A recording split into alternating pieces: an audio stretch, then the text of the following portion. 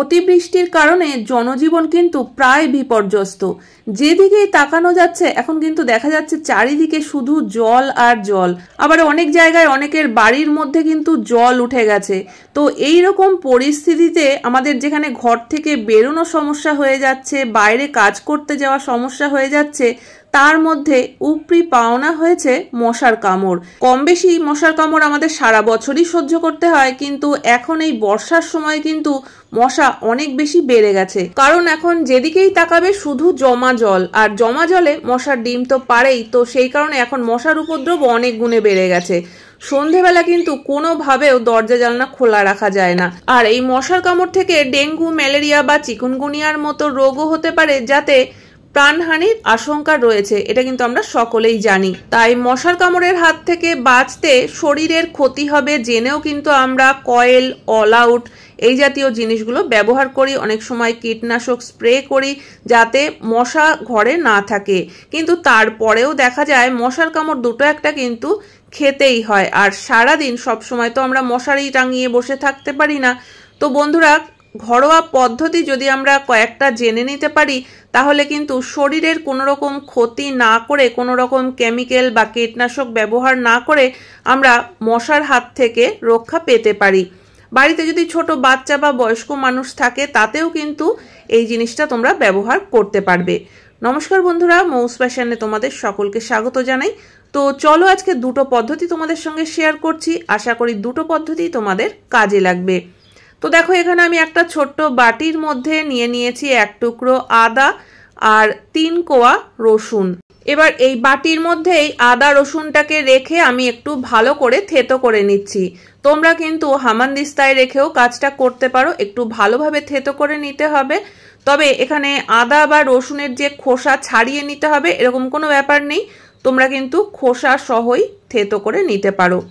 তো দেখো, এখানে আমি ভালো করে আদা রসুন থেতো করে নিয়েছি। এবার এর মধ্যে দিয়ে দিলাম সামান্য একটু হলুদ গুঁড়ো আর দিয়ে দিচ্ছি 1/2 চামচ চা পাতা। তবে বন্ধুরা, এখানে একটা কথা অবশ্যই মনে রাখতে হবে, এখানে কিন্তু ব্যবহার করা চা পাতা দিলে চলবে না।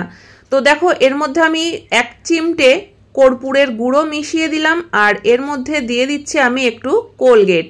আমি এখানে যে সলিউশনটা তৈরি করছি সেটা একবার ব্যবহার করার মতোই তৈরি করছি, তো সেই জন্য প্রত্যেকটা জিনিসই কিন্তু অল্প অল্প নিয়েছি।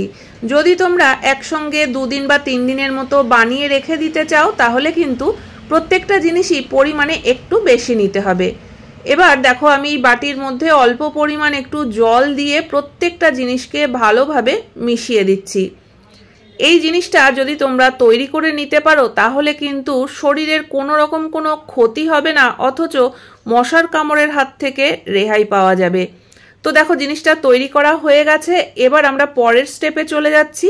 এখানে গ্যাসটাকে ধরিয়ে নিলাম, আর তারপরে গ্যাসে বাটিটাকে বসিয়ে দিয়ে জলটাকে কিন্তু বেশ ভালোভাবে ফুটিয়ে নেব। এখানে যে যে জিনিসগুলো আমরা ব্যবহার করেছি প্রত্যেকটা জিনিসেরই কিন্তু আলাদা গুণাগুণ রয়েছে মশা তাড়ানোর ক্ষেত্রে। এখানে কিন্তু জলটাকে শুধু গরম করে নিলে চলবে না, বেশ ভালোভাবে ফুটিয়ে নিতে হবে। যখন দেখবে যে জলটা খুব ভালো করে ফুটে গেছে, তখন গ্যাসটাকে বন্ধ করে রেখে দিতে হবে কিছু সময়ের জন্য, যাতে জলটা ভালোভাবে ঠান্ডা হয়ে যায়। তো এখানে জল দেখো বেশ ঠান্ডা হয়ে গেছে। এবার কিন্তু আমরা এই জলটাকে ছেঁকে নেব। আমি এখানে আলাদা একটা পাত্র নিয়ে নিয়েছি, তার উপরে ছাঁকনি রেখে দেখো পুরো জলটাকে ছেঁকে নিচ্ছি, যাতে এই জলের মধ্যে কোনো রকম এই চা পাতা বা আদা রসুনের কুচি না চলে আসে। তো এই যে জলটা আমরা নিয়েছি, এই জলটাই কিন্তু আমরা সন্ধ্যের দিকে ব্যবহার করব, কারণ সন্ধ্যের দিকে মশার উপদ্রব অনেক বেশি থাকে, সকালের দিকে কিন্তু ততটা থাকে না। তো এই জলটাকে আমরা কিভাবে ব্যবহার করতে পারি চলো দেখে নেওয়া যাক। এখানে দেখো, আমি একটা স্প্রে বোতল নিয়ে নিয়েছি। তো আমাদের কিন্তু একটা স্প্রে বোতলের অবশ্যই প্রয়োজন হবে, আর এই স্প্রে বোতলের মধ্যে আমি জলটাকে ভরে নিয়েছি। প্রত্যেকদিন সন্ধে হওয়ার আগেই কিন্তু এই সলিউশনটাকে স্প্রে করে দিতে হবে সব জায়গায়, বিশেষ করে যেসব জায়গায় মশা লুকিয়ে থাকার সম্ভাবনা রয়েছে। পর্দার পেছনে দেখবে প্রচুর মশা কিন্তু লুকিয়ে থাকে, একটু নাড়া লাগলেই মশাগুলো বেরিয়ে আসে। বা ফার্নিচারের পেছনে, খাটের নিচে, যেসব জায়গায় তোমাদের মনে হবে যে এখানে মশার লুকিয়ে থাকার সম্ভাবনা রয়েছে, সেখানে তো অবশ্যই স্প্রে করে দেবে। তাছাড়াও কিন্তু যদি ব্যালকনিতে বা উইন্ডোতে এরকম গাছপালা লাগানো থাকে সেই সব জায়গাতেও কিন্তু একটু স্প্রে করে দিতে হবে, কারণ যেখানে গাছপালা লাগানো থাকে সেখানেও কিন্তু প্রচুর মশার উপদ্রব থাকে। তো বন্ধুরা চলো এর পরবর্তী পদ্ধতিটা দেখে নেওয়া যাক। এখানে দেখো আমি একটু রসুন নিয়ে নিয়েছি, তবে এখানে কিন্তু আমাদের পুরো রসুনের প্রয়োজন নেই, মাত্র 2 কোয়া রসুন নিয়ে নিতে হবে।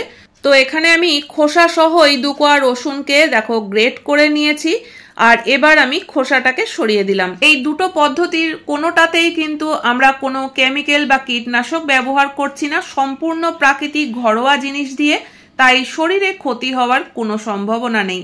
তোমাদের যে পদ্ধতিটা সহজ বলে মনে হবে বা ভালো লাগবে সেটাই কিন্তু ট্রাই করতে পারো। তো এখানে আমি একটা মাটির প্রদীপ নিয়ে নিয়েছি, আর তার মধ্যে গ্রেট করা রসুনটা দিয়ে দিলাম। উপর থেকে আমি বেশ কিছুটা ঘি দিয়ে দিচ্ছি। যদি ঘরে ঘি না থাকে সেক্ষেত্রে তোমরা সর্ষের তেলও ব্যবহার করতে পারো, তবে সর্ষের তেলের থেকেও কিন্তু এখানে যদি আমরা ঘি ব্যবহার করি কাজটা অনেক বেশি হবে। এবার উপর থেকে একটু কর্পূর গুঁড়ো করে ছড়িয়ে দিলাম। সমস্ত উপকরণটাকে মিশিয়ে দেওয়ার জন্য আমি এখানে একটা প্লাস্টিকের চামচ নিয়ে নিয়েছি, ভালো করে মিশিয়ে দিচ্ছি যাতে রসুন, ঘি, কর্পূর 3টে জিনিস একসঙ্গে মিশে যায়। আর এবার এখানে একটা সলতে দিয়ে নিতে হবে। তোমরা তুলো দিয়ে বা সুতির কাপড় দিয়ে সলতে একটা তৈরি করে নেবে, আর তারপরে এই প্রদীপটাকে কিন্তু সন্ধেবেলা ধরিয়ে দিতে হবে। এরকম একটা প্রদীপ যদি আমরা ঘরে জ্বালিয়ে রাখতে পারি তাহলে কিন্তু এর গন্ধে ঘরে কোনো মশা আসবে না, এমনকি দেখবে পোকামাকড়ের উপদ্রবও কিন্তু কমে যাবে। ঘরে কয়েল জ্বালালে, হিট স্প্রে করলে বা অল আউট জ্বালালে অনেকেরই কিন্তু শ্বাসকষ্টের সমস্যা হয়ে থাকে। তো সেক্ষেত্রে কিন্তু তারা এই একটা প্রদীপ ঘরে জ্বালিয়ে রাখতে পারো, এতে কিন্তু কোনো রকম কোনো শ্বাসকষ্টও হবে না, মশার কামড়ের হাত থেকেও কিন্তু রেহাই পাওয়া যাবে। বাচ্চা যদি থাকে ঘরে, সেই ঘরেও কিন্তু তোমরা এই প্রদীপ জ্বালাতে পারবে, কোনো রকম কোনো সমস্যা নেই। এছাড়াও অনেক সময় দেখবে রান্না বান্না করার সময় বা বাসন মাজার সময় প্রচন্ড মশা কামড়াতে থাকে, কারণ দুটো হাত আটকা থাকে। তো সেই সময় কিন্তু তোমরা এরকম একটা প্রদীপ রান্নাঘরেও রেখে দিতে পারো।